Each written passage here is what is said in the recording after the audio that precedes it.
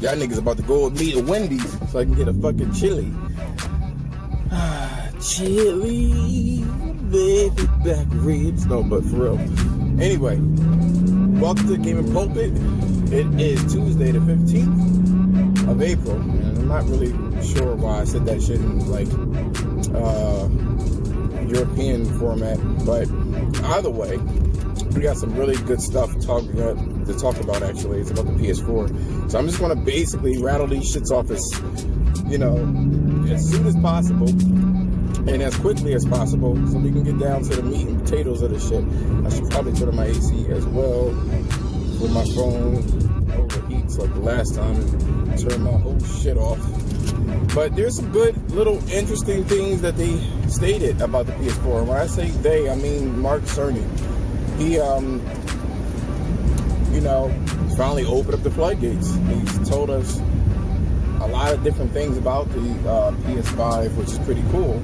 There's a lot of people that were like, Sony is not transparent, and they're just hiding everything, and I want to hear it. So now they're basically telling you the little secrets, actually. So let's start off before this lady gets her shit, her food, I guess. Oh, you're gonna hear me get a large chili. Snap. What can I get for you? A large chili, please. That'll be off. A large chili? Yes. That'll be at the first window. Thank you. Thank you. So, either way, here's some with 9 points. I believe 9 points here. So let's start off by saying this, and I'm going to kind of rattle off all of these points and then translate what Mark Cerny is actually saying to us. For starters, there's no 2019 release. You were an idiot if you thought that. So no, 2020, and I'm glad that they kind of confirmed that.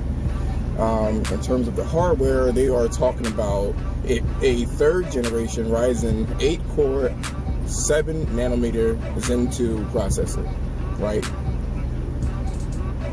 The GPU is going to be based off of the Navi, right? And have ray tracing capabilities for lighting and sound, which I get into the sound portion because they actually do this for the game Killzone Shadowfall. They ray trace the sound effects. Hold on for a minute.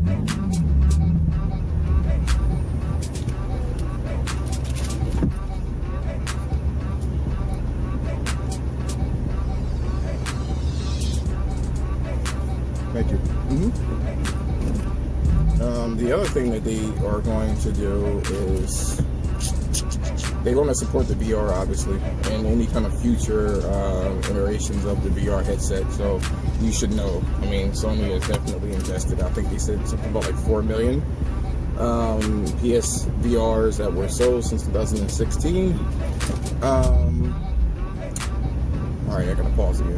My bad. Let's see what they say.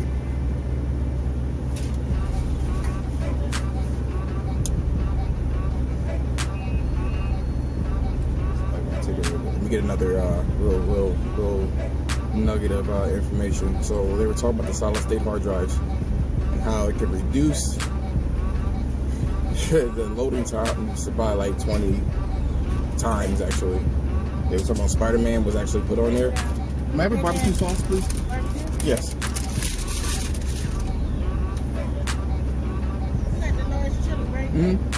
Okay, just making sure. I was like, oh snap. Have a good one.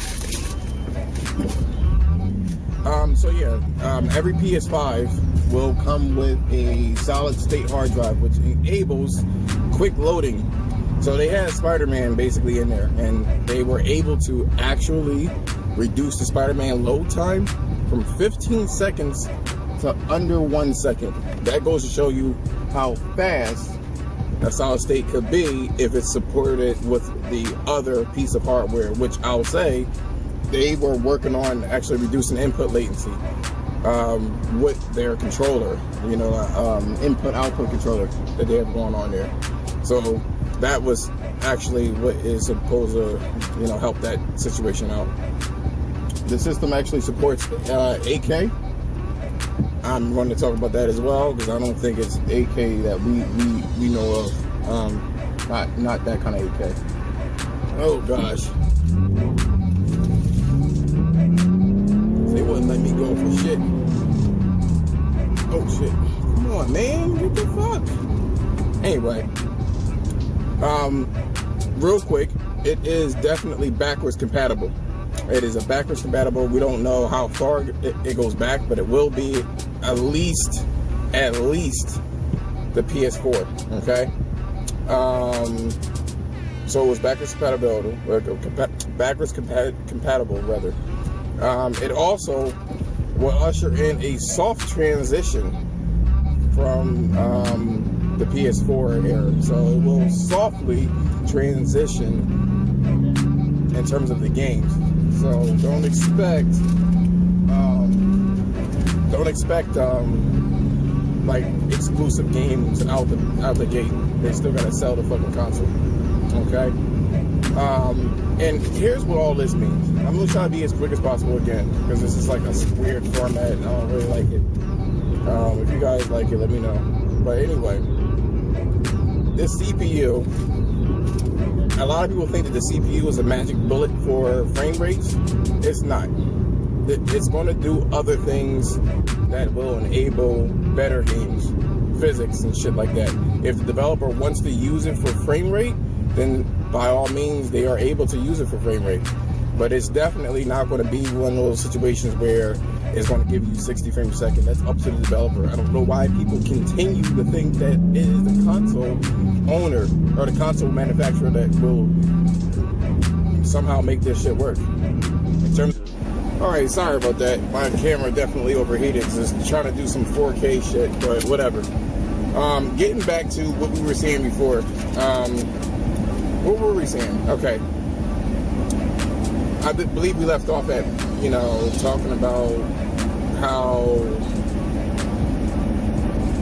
people tend to be like, they think that like the CPU is definitely going to make 60 frames per second games. It helps, but it will not make a 60 frames per second game. That is the developer and what they want to do. So that's what that is. Now for the GPU, they were talking about the ray traced abilities of it. Now it's not going to be a ray traced what you believe it to be. Oh, y'all bitch, move. The fuck? It ain't gonna be the ray trace that you would think it is. It's basically, if anything, it's gonna be some kind of like bootleg version of ray trace. I'll put it that way.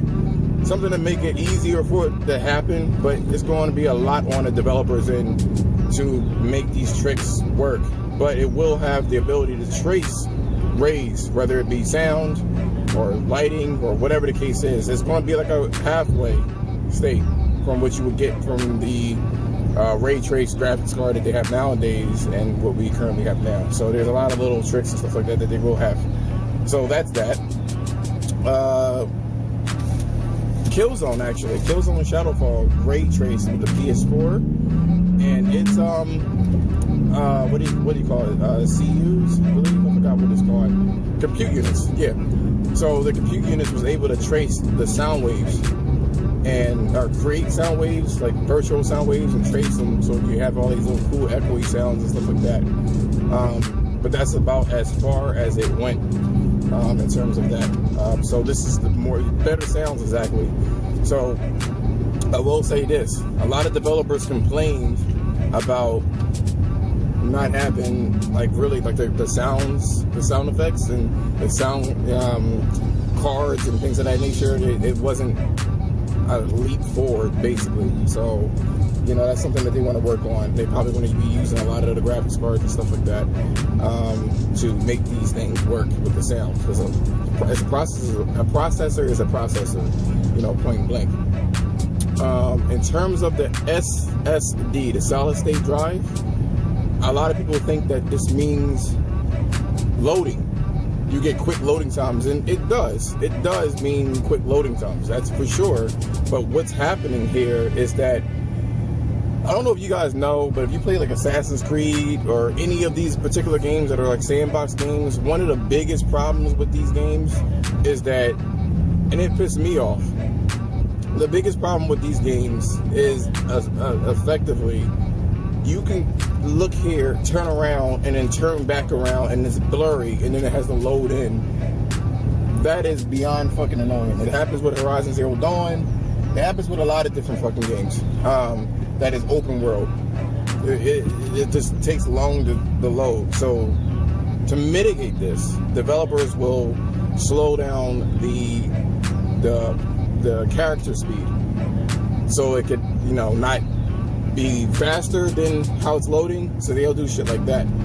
And with a solid state this fast and pushing this amount of information, you won't really have level of detail, rough transitions where you have a blurry image and then, you know, it loads in as you're looking at it. So that's something that it will solve and mitigate. And this ties into the hardware acceleration, or I'm sorry, the input-output hardware that they have going on for things. Because this is what Mark Cerny said. He actually said that the PS5, I should say, will be faster than ever before when it comes to input-output, which actually helps out the solid-state hard drive, but it will also help out the controller inputs. So people that actually play fighting games or shooters, it'll help reduce the input latency. So that's really good. It's going to be for competitive play and stuff like that, and I commend them for that. In terms of backwards compatibility and cross-gen, that's another thing too. So it's not going to be thrown on the screen or thrown on the PS5 and be like, okay, well, it's real 4K.